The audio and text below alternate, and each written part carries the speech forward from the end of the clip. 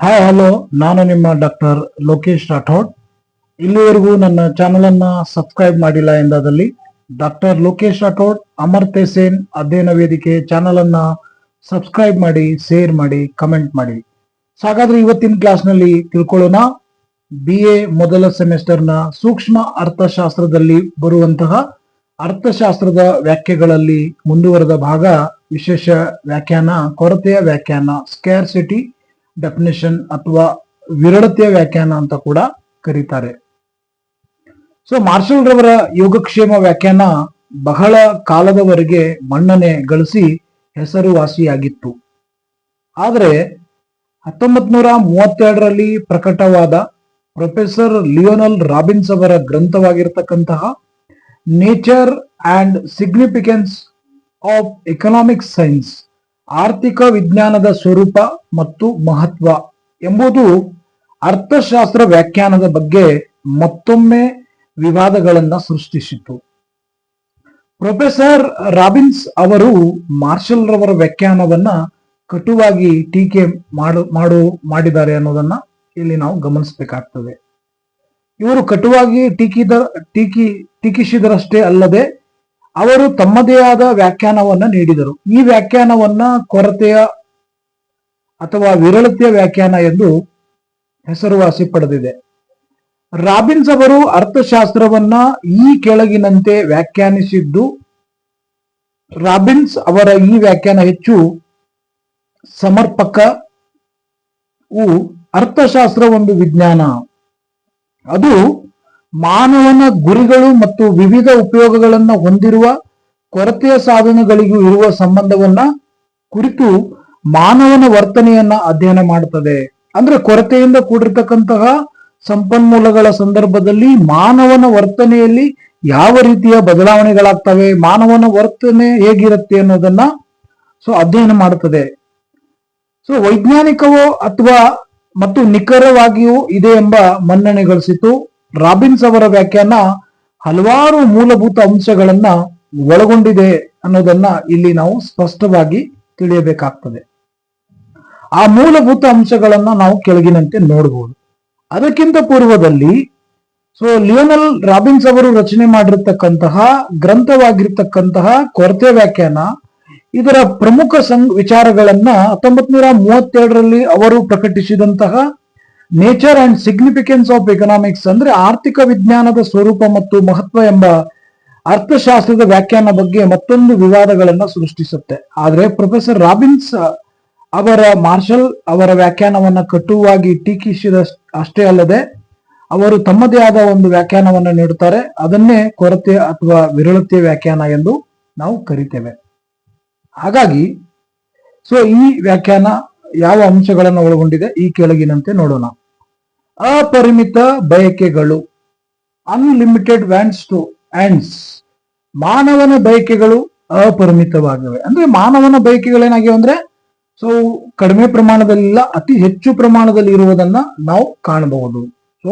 ಹಾಗಾಗಿ ಮಾನವನ ಬಯಕೆಗಳೇನಾಗ್ಯಾವ, ಅಪರಿಮಿತವಾಗಿದ್ದಾವೆ. ಈ ಬಯಕೆಗಳನ್ನ ತೃಪ್ತಿಪಡಿಸಲು ಮಾನವ ನಿರಂತರ ಪ್ರಯತ್ನ ಮಾಡುತ್ತಾನಾದರೂ ಎಲ್ಲಾ ಬಯಕೆಗಳನ್ನ ತೃಪ್ತಿಪಡಿಸುವುದು ಅಸಾಧ್ಯ. ನೋಡಿ, ದಿನನಿತ್ಯ ಹೋದಾಗೆ ಹೊಸ ಹೊಸ ಬಯಕೆಗಳು ಸೃಷ್ಟಿ ಆಗ್ತಾನೆ ಹೋಗ್ತವೆ. ಹಾಗಾಗಿ ಮಾನವ ಎಲ್ಲಾ ಬಯಕೆಗಳನ್ನ ಈಡೇರಿಸಿಕೊಳ್ಳಲಿಕ್ಕೆ ಸಾಧ್ಯವಾಗದೇ ಇರತಕ್ಕಂತ ಒಂದು ಸಂದರ್ಭ ಇರುತ್ತದೆ. ಹಾಗಾಗಿ ಒಂದು ಬಯಕೆಯನ್ನ ತೃಪ್ತಿಪಡಿಸಿದ್ರೆ ಇನ್ನು ಹಲವು 10 ಬಯಕೆಗಳು ಹುಟ್ಟಿಕೊಳ್ತಾನೆ ಹೋಗ್ತಾ ಇರುವುದನ್ನ ನಾವು ಕಾಣ್ತಾ ಇದ್ದೀವಿ. ಹೀಗೆ ಮಾನವನ ಬಯಕೆಗಳು ಅಸಂಖ್ಯವಾಗಿವೆ. ಅಂದ್ರೆ ಮಾನವನ ಎಣಿಕೆಗೆ ಬರಲಾರದಷ್ಟು ಸಾಕಷ್ಟು ದೊಡ್ಡ ಪ್ರಮಾಣದಲ್ಲಿ ಅಪರಿಮಿತ ಬಯಕೆಗಳು ಇದಾವೆ. ಅಂದ್ರೆ ಮಾನವ ಹುಟ್ಟಿದನಿಂದ ಸಾಯುವವರೆಗೂ ಬಯಕೆಗಳೇ ಹುಟ್ಟುತ್ತಲೇ ಇರುತ್ತವೆ. ಅಂದ್ರೆ ಒಬ್ಬ ವ್ಯಕ್ತಿ ಜನನವಾದಾಗ ಅವನ ಮರಣ ಆಗುವ ಹಂತದವರೆಗೂ ಕೂಡ ಅವನ ಬಯಕೆಗಳೇನಾಗ್ತವೆ ಅಂದ್ರೆ ನಿರಂತರವಾಗಿ ಹುಟ್ಟುತ್ತಾನೆ ಇರ್ತವೆ. ಆದ್ರೆ ಈ ಬಯಕೆಗಳನ್ನ ತೃಪ್ತಿಪಡಿಸುವ ಸಂಪನ್ಮೂಲಗಳು ವಿರಳವಾಗಿವೆ. ಬಯಕೆಗಳು ಅಪರಿಮಿತವಾಗಿರುವುದರಿಂದ ಇಲ್ಲಿ ಆಯ್ಕೆಯ ಸಮಸ್ಯೆ ಏನಾಗುತ್ತಂದ್ರೆ ಉದ್ಭವಿಸುತ್ತದೆ. ಅದೇ ರೀತಿ ಎರಡನೇ ಅಂಶವನ್ನು ನೋಡೋದಾದ್ರೆ ಮಿತವಾದ ಸಾಧನ, ಸ್ಕ್ಯಾರ್ಸ್ ಮೀನ್ಸ್. ಮಾನವನ ಅಪರಿಮಿತ ಬಯಕೆಗಳನ್ನ ತೃಪ್ತಿಪಡಿಸಲು ಲಭ್ಯವಿರುವ ಸಂಪನ್ಮೂಲಗಳು ಕೊರತೆಯಿಂದ ಕೂಡಿವೆ ಅಥವಾ ವಿರಳವಾಗಿವೆ. ಸೊ ನೋಡಿ, ಸಂಪನ್ಮೂಲಗಳು ಏನಾಗ್ತಾ ಇದಾವೆ, ಕಡಿಮೆ ಪ್ರಮಾಣದಲ್ಲಿ ಲಭ್ಯವಾಗ್ತಾ ಇದಾವೆ, ತೃಪ್ತಿಪಡಿಸಿಕೊಳ್ಳಿಕ್ಕೆ ಸಾಧ್ಯವಾಗ್ತಾ ಇಲ್ಲ. ಈ ಅಪರಿಮಿತ ಬಯಕೆಗಳು ಮತ್ತು ವಿರಳ ಸಂಪನ್ಮೂಲಗಳು ಆರ್ಥಿಕ ಸಮಸ್ಯೆಗಳ ಉಗಮಕ್ಕೆ ಕಾರಣವಾಗಿವೆ. ಮಾನವನ ಬೇಡಿಕೆ ಹೋಲಿಸಿದಂತೆ ಎಲ್ಲಾ ಆರ್ಥಿಕ ಸಂಪನ್ಮೂಲಗಳು ಕೊರತೆಯಲ್ಲಿವೆ. ಯಾಕಂದ್ರೆ ಮಾನವನ ಬಯಕೆಗಳು ಮಾನವನ ಎಣಿಕೆಗೆ ಬರಲಾರದಷ್ಟು ದೊಡ್ಡ ಪ್ರಮಾಣದಲ್ಲಿದ್ದಾಗ ಬಯಕೆಗಳನ್ನ ಈಡೇರಿಸಿಕೊಳ್ಳಿಕ್ಕೆ ಸಂಪನ್ಮೂಲಗಳ ಕೊರತೆ ಇದೆ. ಸೊ ಸಂಪನ್ಮೂಲಗಳ ಕೊರತೆ ಇರುವುದರಿಂದ ಆರ್ಥಿಕ ಸಮಸ್ಯೆಗಳ ಉಗಮಕ್ಕೆ ಕಾರಣವಾಗುತ್ತೆ. ಮಾನವನ ಬೇಡಿಕೆ ಹೋಲಿಸಿದಂತೆ ಆರ್ಥಿಕ ಸಮಸ್ಯೆಗಳ ಕೊರತೆ ಎಲ್ಲಿವೆ? ಒಂದು ವೇಳೆ ಸಂಪನ್ಮೂಲಗಳು ಅಪರಿಮಿತವಾಗಿದ್ದರೆ ಸಮಸ್ಯೆಗಳೇ ಉದ್ಭವಿಸುತ್ತಿರಲಿಲ್ಲ. ಆದ್ರೆ ಬಯಕೆಗಳನ್ನ ತೃಪ್ತಿಪಡಿಸಲಿಕ್ಕೆ ಬೇಕಿರುವ ಸಾಧನಗಳಾಗಿರ್ತಕ್ಕಂತಹ ಹಣ, ಸಂಪತ್ತು, ಶಕ್ತಿ, ಸಮಯ, ಸಂಪನ್ಮೂಲ ಎಲ್ಲವೂ ಕೊರತೆಯಲ್ಲಿದೆ ಅನ್ನೋದನ್ನ ಇಲ್ಲಿ ನಾವು ಮುಖ್ಯವಾಗಿ ಗಮನಿಸಬೇಕಾಗಿರ್ತಕ್ಕಂತಹ ಒಂದು ಸಂಗತಿಯಾಗಿದೆ. ನೋಡಿ, ಸೊ ಅವನು ತೃಪ್ತಿಪಡಿಸ್ಕೊಳ್ಳಿಕ್ಕೆ ಅಂದ್ರೆ ಒಬ್ಬ ಅನುಭೋಗಿ, ಈಗ ಉದಾಹರಣೆಗೆ ನಾವು ಒಬ್ಬ ಅನುಭೋಗಿ, ಸೊ ನಾವು ನಮ್ಮ ಬಯಕೆಗಳನ್ನು ಈಡೇರಿಸ್ಕೊಳ್ಬೇಕಾದ್ರೆ ನಮ್ಮ ಹತ್ರ ಏನ್ ಬೇಕು? ಹಣ ಬೇಕು. ಹಣ ಇತ್ತಂದ್ರೆ ಸೊ ಯಾವುದೇ ಒಂದು ವಸ್ತುವನ್ನ ಖರೀದಿ ಮಾಡ್ಲಿಕ್ಕೆ ಅಥವಾ ನಮ್ಮ ಬಯಕೆಗಳನ್ನು ಈಡೇರಿಸ್ಕೊಳ್ಳಿಕ್ಕೆ ನಾವೇನ್ ಮಾಡಬಹುದು? ಆ ಒಂದು ಸಾಧನವನ್ನ ನಾವು ಉಪಯೋಗ ಮಾಡಿಕೊಳ್ಬಹುದು.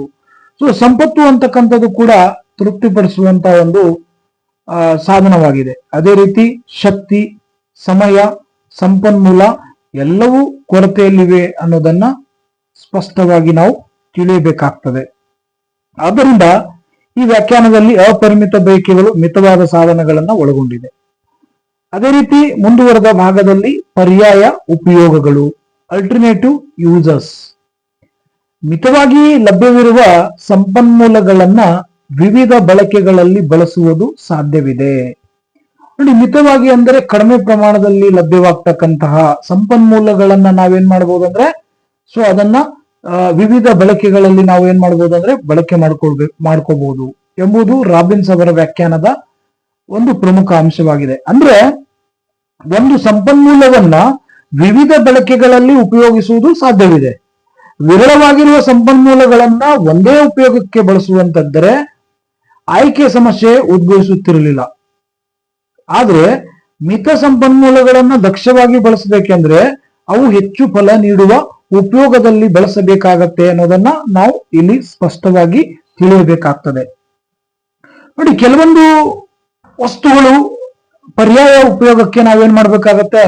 ಬಳಕೆ ಮಾಡಿಕೊಳ್ಬೇಕಾಗ್ತದೆ. ಉದಾಹರಣೆಯಾಗಿ ತೆಗೆದುಕೊಳ್ಳೋದಾದ್ರೆ, ಈಗ ಉದಾಹರಣೆಗೆ ನಾವು ಒಂದು ಹಾಲು, ನಮ್ಗೆ ಬೇಕರಿ ಐಟಮ್ಗಳನ್ನ ತಯಾರು ಮಾಡ್ಲಿಕ್ಕೆ, ಸೊ ಅಥವಾ ಪೇಡಾಗಳನ್ನ ತಯಾರು ಮಾಡ್ಲಿಕ್ಕೆ, ಮತ್ತೆ ಸೊ ಚಹಾವನ್ನ ಮಾಡ್ಲಿಕ್ಕೆ, ಸೊ ಇನ್ನಿತರ ಚಟುವಟಿಕೆಗಳಲ್ಲಿ ಅಥವಾ ವಸ್ತುಗಳನ್ನ ಉತ್ಪಾದನೆ ಮಾಡುವಲ್ಲಿ ನಮ್ಗೆ ಹಾಲು ಏನಾಗುತ್ತೆ ಅಂದ್ರೆ ಉಪಯೋಗಕಾರಿಯಾಗಿರುತ್ತೆ. ಅದನ್ನ ಪರ್ಯಾಯ ಉಪಯೋಗಗಳಲ್ಲಿ ನಾವು ಬಳಕೆ ಮಾಡೋದು ಅಂದ್ರೆ ಯಾವ ಪ್ರಮಾಣದಲ್ಲಿ ಅದು ಲಭ್ಯವಾಗಿದೆ ಆ ಪ್ರಮಾಣದಲ್ಲಿ ನಾವು ಬಳಕೆ ಮಾಡುವುದು ಸಾಧ್ಯವಿದೆ ಅನ್ನೋದನ್ನ ನಾವಿಲ್ಲಿ ಈ ಒಂದು ವ್ಯಾಖ್ಯಾನದಲ್ಲಿ ನಾವು ತಿಳ್ಕೊಳ್ತಾ ಇದ್ದೇವೆ. ಹಾಗಾಗಿ ಸೊ ಸಂಪನ್ಮೂಲಗಳ ಪರ್ಯಾಯ ಉಪಯೋಗಗಳಿಗೆ ಯಾವ ಸಂಪನ್ಮೂಲ ಕಡಿಮೆ ಪ್ರಮಾಣದಲ್ಲಿ ಲಭ್ಯವಾಗುತ್ತಿದೆ ಆ ಸಂಪನ್ಮೂಲಗಳನ್ನ ನಾವೇನ್ ಮಾಡ್ಬೋದು ಅಂದ್ರೆ ಅನೇಕ ಪರ್ಯಾಯ ಉಪಯೋಗಗಳಲ್ಲಿ ನಾವೇನ್ ಮಾಡ್ಬೋದು ಅಂದ್ರೆ ಬಳಕೆ ಮಾಡಿಕೊಂಡು ಸೊ ನಾವು ನಮ್ಮ ಒಂದು ಕೆಲಸವನ್ನ ಪೂರ್ಣ ಪ್ರಮಾಣದಲ್ಲಿ ಮಾಡಬಹುದು. ಅದೇ ರೀತಿ 4ನೇ ಅಂಶ ಆಯ್ಕೆಯ ಸಮಸ್ಯೆ, ಪ್ರಾಬ್ಲಮ್ ಆಫ್ ಚಾಯ್ಸ್. ಬಯಕೆಗಳು ಅಪರಿಮಿತವಾಗಿರುವುದರಿಂದ ಹಾಗೂ ಸಂಪನ್ಮೂಲಗಳು ಮಿತವಾಗಿರುವುದರಿಂದ ಆಯ್ಕೆ ಸಮಸ್ಯೆ ಉದ್ಭವಿಸುತ್ತದೆ. ಉದಾಹರಣೆಗೆ ಸಕ್ಕರೆ ಎಂಬ ಪದಾರ್ಥ. ನೋಡಿ, ಸಕ್ಕರೆಯನ್ನು ನಾವೇನ್ ಮಾಡಬಹುದು? ಕಾಫಿ ತಯಾರು ಮಾಡ್ಲಿಕ್ಕೆ ಯೂಸ್ ಮಾಡಬಹುದು, ಚಹಾ ತಯಾರು ಮಾಡ್ಲಿಕ್ಕೆ ಯೂಸ್ ಮಾಡಬಹುದು, ಸಿಹಿ ತಿಂಡಿಗಳನ್ನ ಮಾಡ್ಲಿಕ್ಕೆ ತಯಾರಿಸಲಿಕ್ಕೆ ಉಪಯೋಗ ಮಾಡಬಹುದು, ತಂಪು ಪಾನೀಯಗಳನ್ನು ತಯಾರಿಸಲಿಕ್ಕೆ ಉಪಯೋಗ ಮಾಡಬಹುದು, ಹಾಗೂ ಇನ್ನು ಮುಂತಾದ ಉಪಯೋಗಗಳಿಗೆ ಏನು ಮಾಡುವುದಂದ್ರೆ ಅದನ್ನ ಬಳಸಬಹುದು. ಇಂತಹ ಸನ್ನಿವೇಶದಲ್ಲಿ ನಾವು ಹೆಚ್ಚು ತೃಪ್ತಿ ನೀಡುವ ಅಂದ್ರೆ ನಮ್ಗೆ ಯಾವುದು ಹೆಚ್ಚು ತೃಪ್ತಿ ನೀಡುತ್ತದೆ, ತೃಪ್ತಿ ನೀಡುವ ಹಾಗೂ ಜರೂರಾಗಿರುವಂತಹ ಬಳಕೆಗಳಲ್ಲಿ ಸಕ್ಕರೆಯನ್ನ ಬಳಸಬೇಕಾಗತ್ತೆ. ಯಾವುದಕ್ಕೆ ಅವಶ್ಯಕವಾಗಿ ಬೇಕಾಗಿದೆ, ಯಾವುದು ಮಾನವನ ಬಯಕೆಗಳನ್ನು ಹೆಚ್ಚು ಪ್ರಮಾಣದಲ್ಲಿ ತೃಪ್ತಿಪಡಿಸ್ತಾ ಇದೆ ಅಲ್ಲಿ ನಾವೇನ್ ಮಾಡ್ಬೋದು ಅಂದ್ರೆ ಸಕ್ಕರೆಯನ್ನ ಬಳಸಬೇಕಾಗತ್ತೆ. ಆದ್ದರಿಂದ ಕೊರತೆ ಸಂಪನ್ಮೂಲಗಳನ್ನ ದಕ್ಷವಾಗಿ ಬಳಸಿಕೊಳ್ಳಬೇಕಾದಂತಹ ಅನಿವಾರ್ಯತೆ ಇದೆ ಅನ್ನೋದನ್ನ ಇಲ್ಲಿ ನಾವು ಸ್ಪಷ್ಟವಾಗಿ ತಿಳಿಬೇಕಾಗ್ತದೆ. ಯಾಕಂದ್ರೆ ಯಾವ ಸಂಪನ್ಮೂಲಗಳು ಕಡಿಮೆ ಪ್ರಮಾಣದಲ್ಲಿ ಲಭ್ಯವಾಗ್ತಾ ಇದ್ದಾವೆ ಅವುಗಳನ್ನ ನಾವೇನ್ ಮಾಡ್ಬೇಕಾಗತ್ತಂದ್ರೆ ಕಡಿಮೆ ಪ್ರಮಾಣದಲ್ಲಿ ಅವುಗಳನ್ನ ಬಳಕೆ ಮಾಡಿಕೊಳ್ಳುವುದರಿಂದ ಸೊ ಮುಂಬರುವಂತಹ ದಿನಮಾನಗಳಲ್ಲಿ ನಾವೇನ್ ಮಾಡ್ಬೋದು ಅಂದ್ರೆ ಸೊ ತೊಂದರೆಗಳನ್ನ ಅನುಭವಿಸುವುದು ಕಡಿಮೆ ಆಗಬಹುದು. ಆ ಕಾರಣದಿಂದ ಈ ಆಯ್ಕೆ ಸಮಸ್ಯೆಗಳು ಅಂತಕ್ಕಂಥದ್ದು ಬಯಕೆಗಳು ಅಪರಿಮಿತವಾಗಿರುವುದರಿಂದ ಹಾಗೂ ಸಂಪನ್ಮೂಲಗಳು ಮಿತವಾಗಿರುವುದರಿಂದ ಆಯ್ಕೆ ಸಮಸ್ಯೆ ಏನಾಗುತ್ತಂದ್ರೆ ಉದ್ಭವಿಸುತ್ತೆ ಅನ್ನೋದನ್ನ ಇಲ್ಲಿ ನಾವು ಗಮನಿಸಬೇಕಾಗ್ತದೆ. ಹಾಗಾಗಿ ಯಾವುದೋ ಒಂದು ವಸ್ತು ಇದೆ, ಉದಾಹರಣೆಗೆ ನೀರಿದೆ. ಸೊ ನೀರನ್ನ ನಾವು ಏನ್ ಮಾಡ್ಬೋದು ಅಂದ್ರೆ ಪರ್ಯಾಯವಾಗಿ ಮನೆ ಕಟ್ಟಲಿಕ್ಕೆ ಅಥವಾ ಕುಡಿಲಿಕ್ಕೆ ನಾವೇನ್ ಮಾಡ್ಬೋದು ಅಂದ್ರೆ ನೀರನ್ನ ಉಪಯೋಗ ಮಾಡಬಹುದು. ಅಥವಾ ನಾವು ಇನ್ನೂ ಬೇರೆ ರೀತಿಯಲ್ಲಿ ಏನ್ ಮಾಡ್ಬೋದು ಅಂದ್ರೆ ನೀರನ್ನ ಏನ್ ಮಾಡಬಹುದು ಅಂದ್ರೆ ಮಲ್ಟಿಪಲ್ ಬಹುವಿಧದ ಬಳಕೆಗೆ ನಾವೇನ್ ಮಾಡ್ಬೋದು ಅಂದ್ರೆ ವಸ್ತು ಒಂದೇ ಆಗಿದೆ, ಸೊ ಅದನ್ನು ಬಹುವಿಧದ ಬಳಕೆಗೆ ನಾವೇನ್ ಮಾಡ್ಬೋದು ಅಂದ್ರೆ ಬಳಕೆ ಮಾಡಿಕೊಳ್ಳೋಕೆ ಅವಕಾಶ ಇದೆ ಅನ್ನೋದನ್ನ ನಾವಿಲ್ಲಿ ಗಮನಿಸಬೇಕಾಗತ್ತೆ. ಯಾವುದು ಕಡಿಮೆ ಪ್ರಮಾಣದಲ್ಲಿ ಲಭ್ಯವಾಗ್ತಾ ಇದೆ ಆ ಕಡಿಮೆ ಪ್ರಮಾಣದಲ್ಲಿ ಲಭ್ಯವಾಗ್ತಾ ಇರತಕ್ಕಂತ ವಸ್ತುವನ್ನ ನಾವು ಸೊ ದಕ್ಷವಾಗಿ ಬಳಕೆ ಮಾಡಿಕೊಳ್ಬೇಕಾಗ್ತದೆ. ಅದೇ ರೀತಿ ಹೀಗೆ ರಾಬಿನ್ಸ್ ಅವರ ವಿರಳತೆಯ ವ್ಯಾಖ್ಯಾನ ಅಪರಿಮಿತ ಬಯಕೆಗಳು ಮತ್ತು ಮಿತವಾದ ಸಂಪನ್ಮೂಲಗಳ ನಡುವೆ ಹೊಂದಾಣಿಕೆ ಸಮಸ್ಯೆಗಳನ್ನ ಪರಿಗಣಿಸ್ತದೆ ಅನ್ನೋದನ್ನ ಇಲ್ಲಿ ನಾವು ಸ್ಪಷ್ಟವಾಗಿ ತಿಳಿಯಬೇಕಾಗ್ತದೆ. ಇಲ್ಲಿ ಈ ವ್ಯಾಖ್ಯಾನವನ್ನ ಅರ್ಥಶಾಸ್ತ್ರಜ್ಞರಾಗಿರ್ತಕ್ಕಂತಹ George Stigler, Eric Roll, AP Lerner, Wicksteed ಮುಂತಾದವರು ಏನ್ ಮಾಡ್ತಾರೆ ಅಂದ್ರೆ ಸಮರ್ಥಿಸುತ್ತಾರೆ. ಅಂದ್ರೆ ಒಪ್ಕೋತಾರೆ. ಯಾವುದು ಲಿಯೋನಲ್ ರಾಬಿನ್ಸ್ ಅವರು ನೀಡಿರ್ತಕ್ಕಂಥ ಒಂದು ವ್ಯಾಖ್ಯಾನವನ್ನು ಏನ್ ಮಾಡ್ತಾರೆ ಅಂದ್ರೆ ಅವರು ಸಮರ್ಥನೆ ಮಾಡಿಕೊಳ್ತಾರೆ ಅನ್ನೋದನ್ನ ಇಲ್ಲಿ ನಾವು ಗಮನಿಸಬೇಕಾಗ್ತದೆ. ಜಾರ್ಜ್ ಸ್ಟಿಗ್ಲರ್ ಅವರ ಒಂದು ವಿಚಾರವನ್ನ ಹೇಳ್ತಾರೆ ಇಲ್ಲಿ. ಪೈಪೋಟಿ ನಡೆಸುವ ಬಯಕೆಗಳ ನಡುವೆ ಕೊರತೆಯ ಸಾಧನಗಳನ್ನ ಹಂಚುವ ಸಿದ್ಧಾಂತಗಳ ಅಧ್ಯಯನವೇ ಅರ್ಥಶಾಸ್ತ್ರ ಅನ್ನುವ ಅಭಿಪ್ರಾಯವನ್ನ ಇವರು ಕೊಟ್ಟಿದ್ದಾರೆ. ಅಂದ್ರೆ ಪೈಪೋಟಿ ನಡೆಸುವ ಬಯಕೆಗಳ ನಡುವೆ, ನೋಡಿ ಬಯಕೆಗಳ ನಡುವೆ ಏನಾಗಿರುತ್ತೆ ಅಂದ್ರೆ ಪೈಪೋಟಿ ಸಹಜವಾಗಿ ಇದ್ದೇ ಇರುತ್ತೆ. ಪೈಪೋಟಿ ನಡೆಸುವ ಬಯಕೆಗಳ ನಡುವೆ ಕೊರತೆಯ ಸಾಧನಗಳನ್ನ ಹಂಚುವ ಸಿದ್ಧಾಂತಗಳ ಅಧ್ಯಯನವೇ ಅರ್ಥಶಾಸ್ತ್ರ.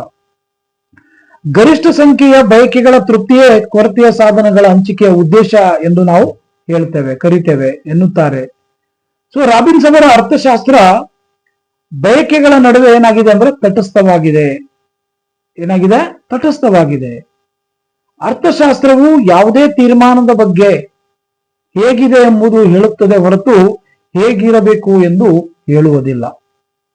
ಆದ್ರಿಂದ ರಾಬಿನ್ಸ್ ಅವರ ದೃಷ್ಟಿಯಲ್ಲಿ ಅರ್ಥಶಾಸ್ತ್ರ ಒಂದು ತಟಸ್ಥ ವಿಜ್ಞಾನ, ನ್ಯೂಟ್ರಲ್ ಸೈನ್ಸ್ ಅಂತ ಹೇಳಿ ಕರೀತಾರೆ ಯಾರು, ರಾಬಿನ್ಸ್ ಅವರ ದೃಷ್ಟಿಕೋನದಲ್ಲಿ.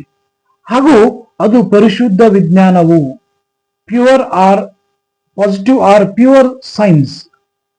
ಯಾಕೆಂದ್ರೆ ಅರ್ಥಶಾಸ್ತ್ರ ನೈತಿಕವಾಗಿ ತಟಸ್ಥವಾಗಿದೆ ಅನ್ನೋದನ್ನ ಇಲ್ಲಿ ನಾವು ಸ್ಪಷ್ಟವಾಗಿ ತಿಳ್ಕೊಳ್ಬೇಕಾಗ್ತದೆ. ಹಾಗಾಗಿ ಅರ್ಥಶಾಸ್ತ್ರವು ಯಾವುದೇ ತೀರ್ಮಾನದ ಬಗ್ಗೆ ಹೇಗಿದೆ ಎಂದು ಹೇಳುತ್ತದೆ ಹೊರತು ಹೇಗಿರಬೇಕು ಎಂದು ಯಾವತ್ತೂ ಹೇಳೋದಿಲ್ಲ. ಸೊ ಇಲ್ಲಿ ಆದ್ದರಿಂದ ರಾಬಿನ್ಸ್ ದೃಷ್ಟಿಕೋನದಲ್ಲಿ ಅರ್ಥಶಾಸ್ತ್ರ ಒಂದು ತಟಸ್ಥ ವಿಜ್ಞಾನ ಹಾಗೂ ಪರಿಶುದ್ಧ ವಿಜ್ಞಾನ ಆಗಿದೆ ಅನ್ನೋದನ್ನ ಇಲ್ಲಿ ನಾವು ಸ್ಪಷ್ಟವಾಗಿ ತಿಳಿದುಕೊಳ್ಬೇಕಾಗ್ತದೆ. ಹಾಗಾಗಿ ಸೊ ಈ ಒಂದು ಅಧ್ಯಾಯ ಪರಿಕಲ್ಪನೆಗಳು ಏನಾಗಿರ್ತಂದ್ರೆ ಮುಂಬರುವಂತಹ ಎಲ್ಲಾ ರೀತಿಯ ಸ್ಪರ್ಧಾತ್ಮಕ ಪರೀಕ್ಷೆಗಳಲ್ಲಿ ಕೂಡ ಇಲ್ಲಿರುವಂತಹ ಪ್ರಮುಖ ಅಂಶಗಳ ಆಧಾರದ ಮೇಲೆ ಏನ್ ಮಾಡಬಹುದು ಅಂದ್ರೆ ಪ್ರಶ್ನೆಗಳನ್ನ ಕೇಳಬಹುದು ಮುಂಬರುವಂತಹ ಸ್ಪರ್ಧಾತ್ಮಕ ಪರೀಕ್ಷೆಗಳಲ್ಲಿ. ಹಾಗಾಗಿ ಈ ಸ್ಪರ್ಧಾತ್ಮಕ ಪರೀಕ್ಷೆ ಅಂತಕ್ಕಂಥದ್ದು ಒಂದು ಸಮುದ್ರದಲ್ಲಿ ಹೇಗೆ ನಾವು ಈಜ್ಲಿಕ್ಕೆ ಬರದೇ ಇದ್ದಾಗ ಈಜ್ಲಿಕ್ಕೆ ನಾವು ಪ್ರಯತ್ನವನ್ನ ಮಾಡಿ ಅಲ್ಲಿ ನಾವು ಸಕ್ಸಸ್ ಅನ್ನ ಕಾಣ್ಕೊಳ್ತೀವಿ ಅಥವಾ ಗೆಲುವನ್ನ ಕಂಡುಕೊಳ್ತೀವಿ, ಅದೇ ರೀತಿ ಸ್ಪರ್ಧಾತ್ಮಕ ಪರೀಕ್ಷೆಗಳಿಗೆ ಕೂಡ ನಾವು ತಯಾರಿಯನ್ನ ಮಾಡಬೇಕಾಗ್ತದೆ. ಸೊ ಹಾಗಾಗಿ ಇಲ್ಲಿ ಗರಿಷ್ಠ ಸಂಖ್ಯೆಯ ಬಯಕೆಗಳ ತೃಪ್ತಿ, ಕೊರತೆ ಸಾಧನಗಳ ಹಂಚಿಕೆ ಉದ್ದೇಶ. ಸೊ ಮುಂದುವರೆದ ಭಾಗದಲ್ಲಿ ನೋಡೋದಾದ್ರೆ ಇದರ ಸುಪ್ಯಾರಿಟಿ ಆಫ್ ರಾಬಿನ್ಸ್ ಡೆಫಿನಿಷನ್ಸ್, ಕೊರತೆ ವ್ಯಾಖ್ಯಾನ ಈ ಕೆಳಗಿನ ಕಾರಣಗಳಿಂದ ಶ್ರೇಷ್ಠವಾಗಿದೆ ಎಂದು ಪರಿಗಣಿಸಬಹುದು. ಭೌತಿಕ ಮತ್ತು ಅಭೌತಿಕ ಅಂಶಗಳ ಪರಿಗಣನೆ. ರಾಬಿನ್ಸ್ ಅವರ ವ್ಯಾಖ್ಯಾನ ಭೌತಿಕ ಮತ್ತು ಅಭೌತಿಕ ಅಂಶಗಳೆರಡನ್ನ ಪರಿಗಣಿಸುವುದರಿಂದ ಅದು ಮಾರ್ಷಲ್ ವ್ಯಾಖ್ಯಾನಕ್ಕಿಂತ ಏನಾಗಿದೆ ಅಂದ್ರೆ ಶ್ರೇಷ್ಠವಾಗಿದೆ ಅನ್ನೋದನ್ನ ನಾವು ಇಲ್ಲಿ ಗಮನಿಸಬೇಕಾಗುತ್ತೆ. ಶ್ರೇಷ್ಠವಾಗಿದೆ ಅಂದ್ರೆ ಇನ್ನೊಂದು ವ್ಯಾಖ್ಯೆ ಇರುತ್ತೆ, ಆ ವ್ಯಾಖ್ಯೆಗೆ ಮತ್ತು ಈ ವ್ಯಾಖ್ಯೆಗೆ ಹೋಲಿಕೆ ಮಾಡಿಕೊಂಡಾಗ ಯಾವುದು ಒಳ್ಳೆ ಅಂಶಗಳನ್ನು ಒಳಗೊಂಡಿದೆ, ಶ್ರೇಷ್ಠವಾಗಿದೆ ಅನ್ನೋದನ್ನು ತಿಳಿಯಬಹುದು. ವಿಸ್ತಾರವಾದ ವ್ಯಾಪ್ತಿ. ರಾಬಿನ್ಸ್ ಅರ್ಥಶಾಸ್ತ್ರವನ್ನ ಮಾನವ ವಿಜ್ಞಾನವೆಂದು ಪರಿಗಣಿಸಿ ಅರ್ಥಶಾಸ್ತ್ರದ ವ್ಯಾಪ್ತಿಯನ್ನ ವಿಸ್ತಾರಗೊಳಿಸಿದೆ. ವೈಜ್ಞಾನಿಕ ನೆಲೆಗಟ್ಟು ಅರ್ಥಶಾಸ್ತ್ರ ಎಲ್ಲಾ ನೈತಿಕ ಅಂಶಗಳಿಂದ ಏನಾಗಿದೆ ಅಂದ್ರೆ ಮುಕ್ತವಾಗಿದೆ, ಅದೊಂದು ಪರಿಶುದ್ಧ ವಿಜ್ಞಾನ ಎಂದು ತಿಳಿಸಿದೆ. ಸೊ ಹಾಗಾಗಿ ಈ ಎರಡು ಅಂಶಗಳ ಮೂಲಕ ಅದು ಶ್ರೇಷ್ಠತೆಯನ್ನ ಕಂಡುಕೊಂಡಿದೆ ಅನ್ನೋದನ್ನ ನಾವು ಗಮನಿಸಬೇಕಾಗ್ತದೆ. ಹೀಗೆ ಹಲವಾರು ರೀತಿಯ ಸಂಗತಿಗಳು ಏನಾಗ್ತಾ ಇದಾವೆ ಅಂದ್ರೆ ಇಲ್ಲಿ ಶ್ರೇಷ್ಠತೆಯನ್ನ ಪಡೆದುಕೊಂಡಿವೆ ಅನ್ನೋದನ್ನ ಇಲ್ಲಿ ನಾವು ಗಮನಿಸಬೇಕಾಗ್ತದೆ. ಹಾಗಾಗಿ ಭೌತಿಕ ಮತ್ತು ಅಭೌತಿಕ ಅಂಶಗಳ ಪರಿಗಣನೆ, ವಿಸ್ತಾರವಾದ ವ್ಯಾಪ್ತಿ, ಇವೆಲ್ಲ ಅಂಶಗಳು ರಾಬಿನ್ಸ್ ಅವರ ವ್ಯಾಖ್ಯಾನದ ಶ್ರೇಷ್ಠತೆಯಾಗಿವೆ ಅನ್ನೋದನ್ನ ಇಲ್ಲಿ ನಾವು ಗಮನಿಸಬೇಕಾಗ್ತದೆ. ಅದೇ ರೀತಿ ಮುಂದುವರೆದ ಭಾಗದಲ್ಲಿ ನೋಡೋದಾದ್ರೆ ವೈಜ್ಞಾನಿಕ ನೆಲೆಗಟ್ಟು.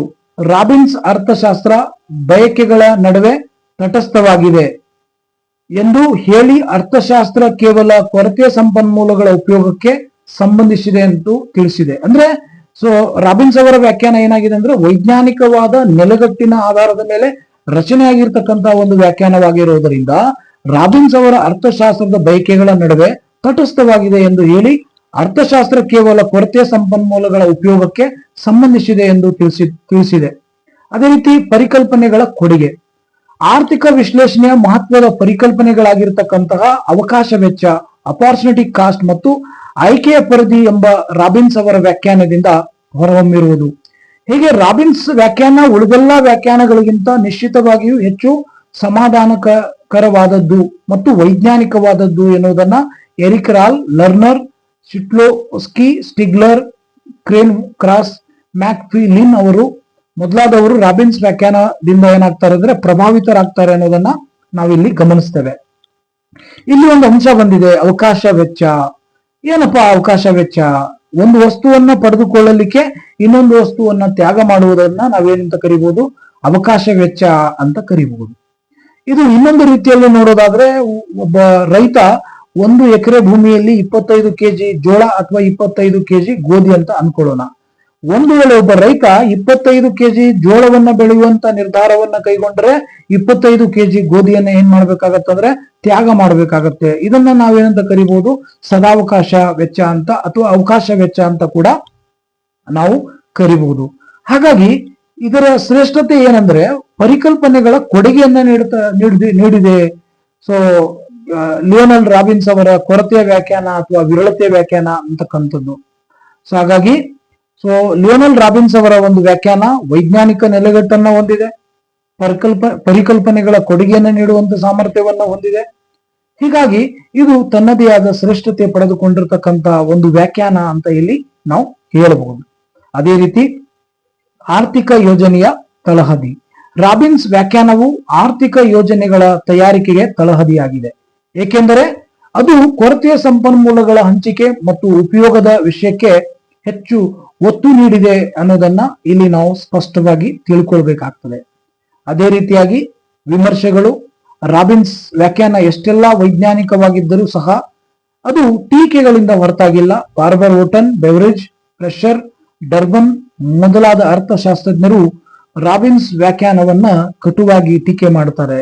ಅವರ ಅನೇಕ ಟೀಕೆಗಳನ್ನ ಈ ಕೆಳಗಿನಂತೆ ನಾವು ಕಾಣಬಹುದು. ಯಾಕೆ ಇವರೆಲ್ಲ ಲಿಯೋನಲ್ ರಾಬಿನ್ಸ್ ಅವರು ನೀಡಿರ್ತಕ್ಕಂತ ಒಂದು ವ್ಯಾಖ್ಯಾನಕ್ಕೆ ವಿರೋಧವನ್ನ ವ್ಯಕ್ತಪಡಿಸ್ತಾರೆ ಅಂದ್ರೆ ಟೀಕೆಗಳನ್ನ ವ್ಯಕ್ತಪಡಿಸ್ತಾರೆ. ಅಲ್ಲಿ ಯಾವ್ದಾದ್ರು ಒಂದು ವೈಜ್ಞಾನಿಕವಾಗಿ ಅಥವಾ ಯಾವುದೋ ಒಂದು ಅಂಶವನ್ನ ಅಲ್ಲಿ ಪರಿಗಣನೆಗೆ ತೆಗೆದುಕೊಳ್ಳದೇ ಇರಬಹುದು. ಆ ಕಾರಣದಿಂದಾಗಿ ಈ ಎಲ್ಲಾ ಅರ್ಥಶಾಸ್ತ್ರಜ್ಞರು ಬಾರ್ಬರ ಓಟನ್ ಮತ್ತು ಬೆವರೇಜ್, ಫ್ರೆಷರ್, ಡರ್ಬನ್ ಅಂತಕ್ಕಂಥವ್ರು ಏನ್ ಮಾಡಬಹುದು? ವಿಮರ್ಶೆಯಲ್ಲಿ ಟೀಕೆಯನ್ನ ವ್ಯಕ್ತಪಡಿಸಿದ್ದಾರೆ. ಮುಂದುವರೆದ ಭಾಗದಲ್ಲಿ ನೋಡೋದಾದರೆ ಮಾನವೀಯ ಅಂಶದ ನಿರ್ಲಕ್ಷ್ಯ. ರಾಬಿನ್ಸ್ ವ್ಯಾಖ್ಯೆಯಲ್ಲಿ ಮಾನವೀಯ ಅಂಶ ನಿರ್ಲಕ್ಷ್ಯಕ್ಕೊಳಗಾಗಿದೆ ಎಂದು ಟೀಕಿಸಲಾಗಿದೆ. ರಾಬಿನ್ಸ್ ಪ್ರಕಾರ ಬಯಕೆಗಳ ನಡುವೆ ಅರ್ಥಶಾಸ್ತ್ರ ತಟಸ್ಥ, ಒಳಿತು ಕೆಡಕುಗಳ ಬಗ್ಗೆ ನಿರ್ಣಯ ಕೈಗೊಳ್ಳುವುದು ಅರ್ಥಶಾಸ್ತ್ರದ ಕೆಲಸವಲ್ಲ ಎಂದು ಅದು ಏನ್ ಮಾಡುತ್ತಂದ್ರೆ ತಿಳಿಯುತ್ತಾರೆ.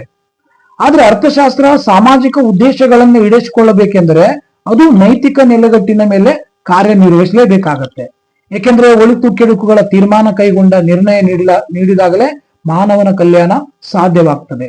ಹಾಗಾಗಿ ಮಾನವೀಯ ಅಂಶಗಳನ್ನ ನಿರ್ಲಕ್ಷ್ಯ ಮಾಡಲಾಗಿದೆ ರಾಬಿನ್ಸ್ ಅವರ ವ್ಯಾಖ್ಯಾನದಲ್ಲಿ ಅನ್ನೋದು ಟೀಕಾಕಾರರ ಒಂದು ಅಭಿಪ್ರಾಯವಾಗಿದೆ ಅನ್ನೋದನ್ನ ಇಲ್ಲಿ ನಾವು ಗಮನಿಸಬೇಕಾಗ್ತದೆ. ಹಾಗಾಗಿ ಅರ್ಥಶಾಸ್ತ್ರ ತಟಸ್ಥ, ಒಳಿತು ಕೆಡುಕುಗಳ ಬಗ್ಗೆ ನಿರ್ಣಯ ಕೈಗೊಳ್ಳುವುದು ಅರ್ಥಶಾಸ್ತ್ರದ ಕೆಲಸವಲ್ಲ ಎಂದು ತಿಳಿಯುತ್ತಾರೆ. ಆದರೆ ಅರ್ಥಶಾಸ್ತ್ರ ಸಾಮಾಜಿಕ ಉದ್ದೇಶಗಳನ್ನು ಈಡೇರಿಸಬೇಕಾದ್ರೆ ಅದು ನೈತಿಕ ನೆಲೆಗಟ್ಟಿನ ಮೇಲೆ ಕಾರ್ಯನಿರ್ವಹಿಸಬೇಕಾಗತ್ತೆ ಅನ್ನೋದನ್ನ ಇಲ್ಲಿ ನಾವು ಗಮನಿಸಬೇಕಾಗ್ತದೆ. ಅದೇ ರೀತಿಯಾಗಿ ಸಂಕೋಚಿತ ವ್ಯಾಪ್ತಿ. ರಾಬಿನ್ಸ್ ಅವರ ವ್ಯಾಖ್ಯಾನ ತುಂಬಾ ಸಂಕೋಚಿತವಾದದ್ದು. ಅದು ಅರ್ಥಶಾಸ್ತ್ರದ ವ್ಯಾಪ್ತಿಯನ್ನು ಸಂಕೋಚಿತಗೊಳಿಸಿದೆ ಎಂದು ಟೀಕಿಸಲಾಗಿದೆ. ಅಂದ್ರೆ ವ್ಯಾಪ್ತಿ ಏನಾಗಿದೆ ಅಂದ್ರೆ ಕಡಿಮೆ ಪ್ರಮಾಣದಲ್ಲಿದೆ. ಕೊರತೆಯ ಸಂಪನ್ಮೂಲಗಳು ಹೇಗೆ ಬಳಸಿಕೊಳ್ಳಬೇಕೆಂಬುದನ್ನ ಪ್ರಮುಖ ಅಂಶವನ್ನಾಗಿ ಪರಿಗಣಿಸಿ ರಾಬಿನ್ಸ್ ಅರ್ಥಶಾಸ್ತ್ರ ಕೇವಲ ಮೌಲ್ಯ ಸಿದ್ಧಾಂತದ ಮಟ್ಟಕ್ಕಿಳಿದಿದ್ದಾನೆ ಎಂದು ದೂರಲಾಗಿದೆ. ನೋಡಿ, ಟೀಕಾಕಾರರು ಇದರ ಮೇಲೆ ಏನ್ ಮಾಡ್ತಾರೆ ಅಂದ್ರೆ ಟೀಕೆಗಳನ್ನ ವ್ಯಕ್ತಪಡಿಸಿದ್ದಾರೆ. ಯಾಕೆ ವ್ಯಕ್ತಪಡಿಸಿದ್ದಾರೆ? ರಾಬಿನ್ಸ್ ಅವರ ವ್ಯಾಖ್ಯಾನ ತುಂಬಾ ಸಂಕೋಚಿತವಾದದ್ದು. ಅದು ಅರ್ಥಶಾಸ್ತ್ರದ ವ್ಯಾಪ್ತಿಯನ್ನ ಏನ್ ಮಾಡಿದೆ ಅಂದ್ರೆ ಸಂಕೋಚಿತಗೊಳಿಸಿದೆ ಎಂದು ಅನೇಕ ಟೀಕಾಕಾರರು ಏನ್ ಮಾಡ್ತಾರೆ ಅಂದ್ರೆ ಈ ವ್ಯಾಖ್ಯಾನದ ಮೇಲೆ ಟೀಕೆಗಳನ್ನ ಮಾಡ್ತಾರೆ ಅನ್ನೋದನ್ನ ಗಮನಿಸಬೇಕಾಗ್ತದೆ. ಹಾಗಾಗಿ ಕೊರತೆ ಸಂಪನ್ಮೂಲಗಳನ್ನ ಹೇಗೆ ಬಳಸಿಕೊಳ್ಳಬೇಕೆಂಬುದನ್ನ ಪ್ರಮುಖ ಅಂಶವನ್ನಾಗಿ ಪರಿಗಣಿಸಿ ರಾಬಿನ್ಸ್ ಅವರ ಅರ್ಥಶಾಸ್ತ್ರ ಕೇವಲ ಮೌಲ್ಯ ಸಿದ್ಧಾಂತ ಮಟ್ಟಕ್ಕೆ ಇಳಿದಿದ್ದಾನೆ ಎಂದು ದೂರಲಾಗಿದೆ ಎನ್ನುವುದನ್ನ ನಾವಿಲ್ಲಿ ಸ್ಪಷ್ಟವಾಗಿ ತಿಳ್ಕೊಳ್ಬೇಕಾಗ್ತದೆ. ಹಾಗಾಗಿ ಮಾನವೀಯ ಅಂಶಗಳ ನಿರ್ಲಕ್ಷ್ಯವಾಗಿದೆ, ಅದೇ ರೀತಿ ಸಂಕೋಚಿತ ವ್ಯಾಪ್ತಿಯನ್ನ ಹೊಂದಿದೆ. ಅದರ ಜೊತೆಗೆ ಮುಂದುವರೆದ ಭಾಗದಲ್ಲಿ ನೋಡೋದಾದ್ರೆ ಆರ್ಥಿಕ ಸಮಸ್ಯೆಗಳ ನಿರ್ಲಕ್ಷ್ಯ. ರಾಬಿನ್ಸ್ ಅವರ ವ್ಯಾಖ್ಯಾನದಲ್ಲಿ ಆರ್ಥಿಕ ಸಮಸ್ಯೆಗಳನ್ನ ನಿರ್ಲಕ್ಷ್ಯ ಮಾಡಲಾಗಿದೆ. ಆಧುನಿಕ ಆರ್ಥಿಕ ವ್ಯವಸ್ಥೆಗಳು ಎದುರಿಸುತ್ತಿರುವಂತಹ ಪ್ರಮುಖ ಸಮಸ್ಯೆಗಳಾಗಿರ್ತಕ್ಕಂತಹ ಬಡತನ, ದಾರಿದ್ರ್ಯ, ನಿರುದ್ಯೋಗ, ಆದಾಯದ ಅಸಮಾನತೆ, ಆರ್ಥಿಕ ಆವರ್ತಗಳು ಮುಂತಾದ ಸಮಸ್ಯೆಗಳನ್ನ ರಾಬಿನ್ಸ್ ವ್ಯಾಖ್ಯಾನ ಪರಿಗಣಿಸುವುದೇ ಇಲ್ಲ. ಹಿಂದುಳಿದ ರಾಷ್ಟ್ರಗಳು ಈ ಎಲ್ಲಾ ಸಮಸ್ಯೆಗಳಿಂದ ನರಳುತ್ತಿರುವುದರಿಂದ ಅರ್ಥಶಾಸ್ತ್ರ ಈ ಸಮಸ್ಯೆಗಳ ಪರಿಹಾರದತ್ತ ಯೋಚಿಸಬೇಕಾಗುತ್ತದೆ ಅನ್ನೋದನ್ನ ನಾವು ಸ್ಪಷ್ಟವಾಗಿ ತಿಳಿಯಬೇಕಾಗ್ತದೆ. ಬಡತನ ಅಂದ್ರೆ ಏನು? ಕನಿಷ್ಠ ಮೂಲಭೂತ ಸೌಕರ್ಯಗಳನ್ನ ಕೂಡ ಪೂರೈಕೆ ಮಾಡಿಕೊಳ್ಳಿಕ್ಕೆ ಸಾಧ್ಯವಾಗದೇ ಇರತಕ್ಕಂತ ಒಂದು ವ್ಯವಸ್ಥೆಗೆ ನಾವೇನಂತ ಕರಿಬಹುದು ಅಂದ್ರೆ ಬಡತನ ಅಂತ ಕರಿಬಹುದು. ನಿರುದ್ಯೋಗ ಅಂದ್ರೆ ಕೆಲಸ ಮಾಡುವ ಶಕ್ತಿ ಸಾಮರ್ಥ್ಯ ಇದ್ದರೂ ಕೂಡ ಉದ್ಯೋಗ ದೊರಕದೇ ಇರುವಂತಹ ಸ್ಥಿತಿಯನ್ನ ನಾವು ನಿರುದ್ಯೋಗ ಅಂತ ಕರಿಬಹುದು. ಆದಾಯದ ಅಸಮಾನತೆ ಅಂದ್ರೆ ಶ್ರೀಮಂತರು ಬಡವರ ನಡುವೆ ಆದಾಯ ಏನಾಗಿದೆ ಅಂದ್ರೆ ಅಸಮಾನವಾಗಿ ಹಂಚಿಕೆಯಾಗಿದೆ. ಎಲ್ಲಾ ಸಮಸ್ಯೆಗಳನ್ನ ಏನ್ ಮಾಡಲಾಗಿದೆ? ನಿರ್ಲಕ್ಷ್ಯ ಮಾಡಲಾಗಿದೆ ಈ ವ್ಯಾಖ್ಯಾನದಲ್ಲಿ. ಅದೇ ರೀತಿ ಮಾರ್ಷಲ್ ರವರ ಪ್ರಭಾವ. ಕೆಲ ವಿಮರ್ಶಕರ ಅಭಿಪ್ರಾಯದಲ್ಲಿ ರಾಬಿನ್ಸ್ ಮಾರ್ಷಲ್ ವ್ಯಾಖ್ಯೆಯನ್ನ ಎಷ್ಟೇ ಟೀಕಿಸಿದರೂ ಸಹ ಮಾರ್ಷಲ್ನ ಪ್ರಭಾವವನ್ನ ರಾಬಿನ್ಸ್ ವ್ಯಾಖ್ಯೆಯಲ್ಲಿ ಕಾಣಬಹುದೆನ್ನುತ್ತಾರೆ. ವಿರಳ ಸಂಪನ್ಮೂಲಗಳನ್ನ ಅಪರಿಮಿತ ಬಯಕೆಗಳ ನಡುವೆ ಹಂಚುವ ಮತ್ತು ಹೊಂದಾಣಿಕೆ ಮಾಡುವ ವೇಳೆಯಲ್ಲಿ ಗರಿಷ್ಠ ತೃಪ್ತಿ ಸಿಗುವ ಬಯಕೆಗೆ ಸಂಪನ್ಮೂಲಗಳು ಲಭ್ಯವಾಗಬೇಕು ಎಂದು ರಾಬಿನ್ಸ್ ಹೇಳುತ್ತಾರೆ. ಇದರಿಂದಾಗಿ ನೈತಿಕ ಅಂಶ ಹಿಂಬಾಗಿಲಿನಿಂದ ಪ್ರವೇಶ ಮಾಡಿದಂತಾಗುತ್ತೆ ಅನ್ನೋದನ್ನ ಇಲ್ಲಿ ನಾವು ಗಮನಿಸಬೇಕಾಗ್ತದೆ. ಹಾಗಾಗಿ ಈ ಲಿಯೋನೆಲ್ ರಾಬಿನ್ಸ್ ಅವರ ಒಂದು ವ್ಯಾಖ್ಯಾನ ಮಾರ್ಷಲ್ರ ಪ್ರಭಾವವಾಗಿದೆ. ಕೆಲ ವಿಮರ್ಶಕರ ಪ್ರಕಾರ ರಾಬಿನ್ಸ್ ಮಾರ್ಷಲ್ನ ವ್ಯಾಖ್ಯೆಯನ್ನ ಎಷ್ಟೇ ಟೀಕಿಸಿದರೂ ಸಹ ಮಾರ್ಷಲ್ನ ಪ್ರಭಾವವನ್ನ ರಾಬಿನ್ಸ್ ವ್ಯಾಖ್ಯೆಯಲ್ಲಿ ನಾವೇನ್ ಮಾಡಬಹುದು ಅಂದ್ರೆ ಕಾಣಬಹುದೆನ್ನುತ್ತಾರೆ ಅನೇಕ ವಿಮರ್ಶಕರು, ದಾರ್ಶನಿಕರು, ಅರ್ಥಶಾಸ್ತ್ರಜ್ಞರು ಅನ್ನೋದನ್ನ ನಾವಿಲ್ಲಿ ಗಮನಿಸಬೇಕಾಗ್ತದೆ. ಹಾಗಾಗಿ ಆರ್ಥಿಕ ಸಮಸ್ಯೆಗಳ ನಿರ್ಲಕ್ಷ್ಯವನ್ನ ಮಾಡಲಾಗಿದೆ ಈ ಒಂದು ವ್ಯಾಖ್ಯಾನದಲ್ಲಿ, ಜೊತೆಗೆ ಮಾರ್ಷಲ್ ರವರ ಪ್ರಭಾವ ಹೊಂದಿದೆ. ಅದೇ ರೀತಿ ಮುಂದುವರೆದ ಭಾಗದಲ್ಲಿ ಅಭಿವೃದ್ಧಿ ಅಂಶಗಳ ಅವಗಣನೆ. ರಾಬಿನ್ಸ್ ವ್ಯಾಖ್ಯಾನ ಆರ್ಥಿಕ ಪ್ರಗತಿ ಮತ್ತು ಬೆಳವಣಿಗೆ ಅಂಶಗಳನ್ನ ನಿರ್ಲಕ್ಷಿಸುತ್ತದೆ. ಆಧುನಿಕ ಯುಗದಲ್ಲಿ ಎಲ್ಲಾ ಚಟುವಟಿಕೆಗಳಿಗಿಂತ ಅತ್ಯಂತ ಮುಖ್ಯವಾದದ್ದು ಎಂದರೆ ಬೆಳವಣಿಗೆಯ ವಿಷಯ. ಈ ಒಂದು ವ್ಯಾಖ್ಯಾನದಲ್ಲಿ ಯಾವುದೇ ರೀತಿಯ ಅಭಿವೃದ್ಧಿ ಅಂಶಗಳನ್ನ ಪರಿಗಣನೆಗೆ ತೆಗೆದುಕೊಂಡಿಲ್ಲ, ಅವಗಣನೆಯನ್ನ ಮಾಡಲಾಗಿದೆ. ಆರ್ಥಿಕ ಬೆಳವಣಿಗೆಯನ್ನ ಸಾಧಿಸಲು ಯಾವ ಮಾರ್ಗ ಸೂಕ್ತವಾದದ್ದು, ಯಾವ ಧೋರಣೆಯನ್ನ ಪಾಲಿಸಿದರೆ ಅಭಿವೃದ್ಧಿ ಸಾಧ್ಯವಾಗುತ್ತದೆ ಎಂಬುದು ಬಹು ಮುಖ್ಯವಾದ ಪ್ರಶ್ನೆಗಳಾಗಿವೆ. ಆದರೆ ರಾಬಿನ್ಸ್ ಅವರ ವ್ಯಾಖ್ಯಾನ ಈ ಸಮಸ್ಯೆಗಳತ್ತ ಗಮನ ಹರಿಸುವುದಿಲ್ಲ, ಈ ಸಮಸ್ಯೆಗಳಿಗೆ ಯಾವುದೇ ರೀತಿಯ ಪ್ರಾಮುಖ್ಯತೆಯನ್ನ ನೀಡುವುದಿಲ್ಲ. ಹಾಗಾಗಿ ಅಭಿವೃದ್ಧಿ ಅಂಶಗಳ ಅವಗಣನೆ ಇರುವುದರಿಂದ ರಾಬಿನ್ಸ್ ವ್ಯಾಖ್ಯಾನ ಆರ್ಥಿಕ ಪ್ರಗತಿ ಮತ್ತು ಆರ್ಥಿಕ ಬೆಳವಣಿಗೆ ಅಂಶಗಳನ್ನ ಸಂಪೂರ್ಣವಾಗಿ ನಿರ್ಲಕ್ಷಿಸುತ್ತದೆ. ಆಧುನಿಕ ಯುಗದಲ್ಲಿ ಎಲ್ಲಾ ಚಟುವಟಿಕೆಗಳಿಗಿಂತ ಅತ್ಯಂತ ಮುಖ್ಯವಾದದ್ದೆಂದರೆ ಬೆಳವಣಿಗೆ ವಿಷಯವಾಗಿದೆ. ಹಾಗಾಗಿ ಆ ಅಂಶಗಳನ್ನ ಪರಿಗಣನೆಗೆ ತೆಗೆದುಕೊಳ್ಳದೆ ಇರುವಂತಹ ಒಂದು ವಾತಾವರಣ ಕಂಡು ಬಂದಿದೆ. ಆರ್ಥಿಕ ಬೆಳವಣಿಗೆಯನ್ನ ಸಾಧಿಸಲು ಯಾವ ಮಾರ್ಗ ಸೂಕ್ತವಾದದ್ದು, ಯಾವ ಧೋರಣೆಯನ್ನ ಪಾಲಿಸಿದ್ರೆ ಅಭಿವೃದ್ಧಿ ಸಾಧ್ಯವಾಗುತ್ತೆ ಎಂಬುದು ಬಹು ಮುಖ್ಯವಾಗಿರ್ತಕ್ಕಂಥ ಒಂದು ಪ್ರಶ್ನೆ. ಆದರೆ ರಾಬಿನ್ಸ್ ವ್ಯಾಖ್ಯಾನ ಈ ಸಮಸ್ಯೆಗಳತ್ತ ಗಮನ ಹರಿಸುವುದಿಲ್ಲ. ಅಪರಿಮಿತ ಸಾಧನಗಳಿಂದಲೂ ಸಮಸ್ಯೆ. ರಾಬಿನ್ಸ್ ಅವರ ಪ್ರಕಾರ ಅಪರಿಮಿತ ಬಯಕೆಗಳು ಮತ್ತು ಮಿತ ಸಾಧನಗಳಿಂದ ಆರ್ಥಿಕ ಸಮಸ್ಯೆಗಳು ಹುಟ್ಟಿಕೊಳ್ಳುತ್ತವೆ. ಆದರೆ ವಾಸ್ತವವಾಗಿ ಸಾಧನ ಸಂಪತ್ತುಗಳು ಹೇರಳವಾಗಿದ್ದಾಗಲೂ ಸಮಸ್ಯೆಗಳು ಉದ್ಭವಿಸುತ್ತವೆ ಎಂಬುದನ್ನ ಮರೆಯುವಂತಿಲ್ಲ. ಉದಾಹರಣೆಗೆ ಜನಸಂಖ್ಯಾ ಸಮಸ್ಯೆ. ಅಪರಿಮಿತ ಸಾಧನಗಳಿಂದಲೂ ಕೂಡ ಸಮಸ್ಯೆ ಆಗ್ತದೆ. ಅಥವಾ ಕೆಲವೊಂದು ಸಂದರ್ಭದಲ್ಲಿ ಸಾಧನ ಸಂಪತ್ತುಗಳು ಹೇರಳವಾಗಿದ್ದಾಗಲೂ ಕೂಡ ಸಮಸ್ಯೆಗಳು ಉದ್ಭವಿಸುತ್ತವೆ ಎಂಬುದನ್ನ ಮರೆಯುವಂತಿಲ್ಲ. ಉದಾಹರಣೆಗೆ ಜನಸಂಖ್ಯಾ ಸಮಸ್ಯೆ. ಜನಸಂಖ್ಯೆ ವಿಪರೀತವಾಗಿ ಏನಾಗ್ತಾ ಇದೆ, ಈಗ ಬೆಳೀತಾ ಇದೆ ಅನ್ನೋದನ್ನ ನಾವು ಗಮನಿಸಬೇಕಾಗ್ತದೆ. ಈ ರೀತಿ ಬೆಳೀತಾ ಇರುವುದರಿಂದ ಅನೇಕ ತೊಂದರೆಗಳನ್ನ ನಾವು ಇಲ್ಲಿ ಎದುರಿಸಬೇಕಾಗತ್ತೆ ಅನ್ನೋದನ್ನ ಸ್ಪಷ್ಟವಾಗಿ ತಿಳಿಯಬೇಕಾಗ್ತದೆ. ಅದೇ ರೀತಿ ಮುಂದುವರೆದ ಭಾಗದಲ್ಲಿ ನೋಡೋದಾದರೆ ಸ್ಥಿರಾತ್ಮಕವಾದದ್ದು. ರಾಬಿನ್ಸ್ ವ್ಯಾಖ್ಯಾನ ಸ್ಥಿರಾತ್ಮಕವಾದದ್ದು ಎಂದು ಸಹ ಟೀಕಿಸಲಾಗಿದೆ. ಈ ವ್ಯಾಖ್ಯಾನ ಕೇವಲ ಕೆಲವು ಸೀಮಿತ ಸನ್ನಿವೇಶಗಳಿಗೆ ಮಾತ್ರ ಸರಿ ಹೊಂದುವಂಥದ್ದು ಎಂದು ದೂರಲಾಗಿದೆ. ಅಂದ್ರೆ ಇದು ಎಲ್ಲಾ ಸಂದರ್ಭದಲ್ಲಿ ಉಪಯೋಗಕ್ಕೆ ಬರುವುದಿಲ್ಲ, ಕೆಲವೊಂದು ಸೀಮಿತ ಸಂದರ್ಭದಲ್ಲಿ ಮಾತ್ರ ಇದು ಉಪಯೋಗಕಾರಿಯಾಗಿದೆ ಎಂದು ದೂರಲಾಗಿದೆ. ಹೀಗೆ ರಾಬಿನ್ಸ್ ವ್ಯಾಖ್ಯಾನ ಬಗ್ಗೆ ಗುರುತರವಾದ ಟೀಕೆಗಳನ್ನ ಮಾಡಲಾಗಿದೆ. ಇಷ್ಟಾಗಿಯೂ ಸಹ ರಾಬಿನ್ಸ್ ವ್ಯಾಖ್ಯಾನ ಹೆಚ್ಚು ವಿಶಾಲಾತ್ಮಕವೂ ವಿಶ್ಲೇಷಣಾತ್ಮಕವೂ ಆಗಿದ್ದು ಹಿಂದಿನ ಎಲ್ಲಾ ವ್ಯಾಖ್ಯೆಗಳಿಗಿಂತ ಶ್ರೇಷ್ಠವಾಗಿದೆ ಎಂಬ ಸತ್ಯವನ್ನ ಮರೆಮಾಚುವಂತಿಲ್ಲ. ರಾಬಿನ್ಸ್ ಅವರು ಅನುಯಾಯಿ ಅಲೆಕ್ ಮ್ಯಾಕ್ಫಿ ಮಾತಿನಲ್ಲಿ ಹೇಳುವುದಾದರೆ, ರಾಬಿನ್ಸ್ ಏನನ್ನ ಹೇಳಿದ್ದಾನೋ ಅದನ್ನು ಮತ್ತೊಮ್ಮೆ ಹೇಳುವುದು ಸಾಧ್ಯವಿಲ್ಲ. ನನ್ನ ದೃಷ್ಟಿಯಲ್ಲಿ ಅರ್ಥಶಾಸ್ತ್ರದ ವ್ಯಾಪ್ತಿಯ ವಿಷಯದಲ್ಲಿ ಅವನ ಮಾತೆ ಅಂತಿಮ ಎನ್ನುವುದನ್ನ ಇಲ್ಲಿ ನಾವು ಹೇಳಬೇಕಾಗ್ತದೆ. ಹಾಗಾಗಿ ಅಲೆಕ್ ಮ್ಯಾಕ್ಫಿ ಅಂತಕ್ಕಂಥವ್ರು ಅವರ ಮಾತಿನಲ್ಲಿ ಏನ್ ಹೇಳಿದ್ದಾರೆ ಅಂದ್ರೆ, ರಾಬಿನ್ಸ್ ಏನನ್ನ ಹೇಳಿದ್ದಾನೋ ಅದನ್ನು ಮತ್ತೊಮ್ಮೆ ಹೇಳುವುದು ಸಾಧ್ಯವಿಲ್ಲ. ನನ್ನ ದೃಷ್ಟಿಯಲ್ಲಿ ಅರ್ಥಶಾಸ್ತ್ರದ ವ್ಯಾಪ್ತಿಯ ವಿಷಯದಲ್ಲಿ ಅವನ ಮಾತೆ ಅಂತಿಮ ಅನ್ನೋದನ್ನ ಇಲ್ಲಿ ನಾವು ಗಮನಿಸಬೇಕಾಗ್ತದೆ. ಹಾಗಾಗಿ ಇಲ್ಲಿ ತನ್ನದೇ ಆದ ಶ್ರೇಷ್ಠತೆಯನ್ನ ಒಳಗೊಂಡಿದೆ. ಅನೇಕ ರೀತಿಯ ಟೀಕೆಗಳಿಗೆ ಒಳಗಾಗಿದೆ. ಒಟ್ಟಾರೆಯಾಗಿ ನೋಡಿದಾಗ ಕೊರತೆ ವ್ಯಾಖ್ಯಾನ ಅಂತಕ್ಕಂಥದ್ದು ಕೊರತೆಯ ಸಮಸ್ಯೆಗಳಿಂದ ಯಾವ ರೀತಿ ಆರ್ಥಿಕತೆಯಲ್ಲಿ ತೊಂದರೆಗಳನ್ನ ಎದುರಿಸಬೇಕಾಗತ್ತೆ, ಯಾವಾಗ ಆಯ್ಕೆ ಸಮಸ್ಯೆಗಳು ಉದ್ಭವ ಆಗ್ತವೆ, ಯಾವೆಲ್ಲ ಆರ್ಥಿಕ ಸಮಸ್ಯೆಗಳು ದೇಶದ ಆರ್ಥಿಕ ಬೆಳವಣಿಗೆಗೆ ಅಡ್ಡಿ ಉಂಟು ಮಾಡುತ್ತವೆ, ಎಲ್ಲಾ ಸಂಗತಿಗಳನ್ನ ಇಲ್ಲಿ ನಾವು ಅಧ್ಯಯನ ಮಾಡಲಿಕ್ಕೆ ಸಹಾಯಕವಾಗ್ತದೆ. ಹೀಗೆ ನಾನು ಮಾಡಿರುವಂತ ವಿಷಯ ನಿಮ್ಗೆ ಸ್ಪಷ್ಟವಾಗಿ ಅರ್ಥವಾಗಿದ್ದರೆ, ನಿಮ್ಗೆ ನಾನು ಹೇಳಿರ್ತಕ್ಕಂಥ ಒಂದು ಕ್ಲಾಸ್ ಇಷ್ಟವಾಗಿದ್ರೆ ನನ್ನ ಚಾನಲ್ ಡಾಕ್ಟರ್ ಲೋಕೇಶ್ ರಾಠೋಡ್ ಅಮರ್ತ್ಯ ಸೇನ್ ಅಧ್ಯಯನ ವೇದಿಕೆ ಚಾನಲ್ ಅನ್ನ ಸಬ್ಸ್ಕ್ರೈಬ್ ಮಾಡಿ, ಶೇರ್ ಮಾಡಿ, ಕಮೆಂಟ್ ಮಾಡೋದು ಮರಿಬೇಡ್ರಿ. ಸಬ್ಸ್ಕ್ರೈಬ್ ಮಾಡೋದು ಕೂಡ ಮರಿಬೇಡ್ರಿ. ಮತ್ತೊಂದು ಸಂಚಿಕೆಯೊಂದಿಗೆ ಮುಂದಿನ ಕ್ಲಾಸ್ ಅಲ್ಲಿ ಬರೋಣ. ಎಲ್ರಿಗೂ ಧನ್ಯವಾದ.